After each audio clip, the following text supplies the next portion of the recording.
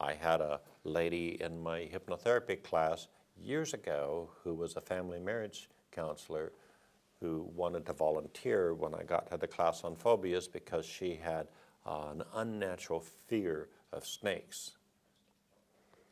She told me that she was helping her clients who had family problems with teenagers, and it encouraged several of her clients to help a child with homework if they requested help with homework.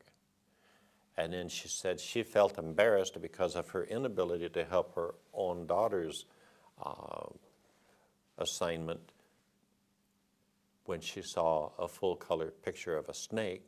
She said she totally freaked out, went into instant panic, and her phobia was activated simply by looking at that full-color picture of a snake. And she felt embarrassed that she wasn't able to follow the same advice she had given several of her clients. So in the classroom, her initial sensitizing event happened when she was 3, regressed back to using affect bridge the first time she felt feelings associated with a snake, but instead of the negative emotion that I was expecting, she starts giggling. "Oh, cute, wiggly." I said, "What's cute and wiggly?" "Little snakey." And I said, "What happens next?" "Daddy says, drop the snake, run, run, run for your life, run for your life." And she runs up to the porch, sits down next to Big Brother, meanwhile describes the scene vividly where Daddy is taking a shovel and pounding the snake to a bloody pulp using 4-letter words.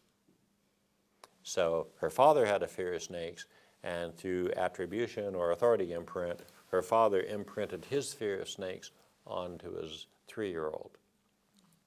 Her activating event took place minutes or hours later when she was sitting in the living room, and Big Brother comes in with a garden snake, drops it in her lap. "Snake is going to get you, run, run, run for your life." You know, so this fun that Big Brother had activated his sister's fear of snakes. And I'm expecting, after doing Gestalt with both Dad and Big Brother, that the phobia is released. In this case, she had not 1, but 2 subsequent sensitizing events that had to be released, because here Big Brother comes in after getting punished for bringing a snake in the house and drops a photograph of a snake in her lap. "Snakey's going to get you, run, run, run for your life, run for your life." And of course he got a kick out of tormenting his sister numerous times. She told the class afterwards that he had done that repeatedly while she was a little girl. Anytime the parents weren't in the room, he would bring in a picture of a snake and torment his younger sister. Then I thought, finally, phobia cleared. But her subconscious confirmed there was more to be discovered and released, so she moves forward to a frat party in college, and the host had this big snake draped over his neck. And she tells her boyfriend, "Don't you get me near that snake." And she was keeping her distance from the host because she didn't want to be near that snake that was draped over his neck. Boyfriend says, "Well, what can I get you to drink?" So she asked for a rum and coke, but instead of coming back with the rum and coke, he comes back with the snake and throws it over her neck.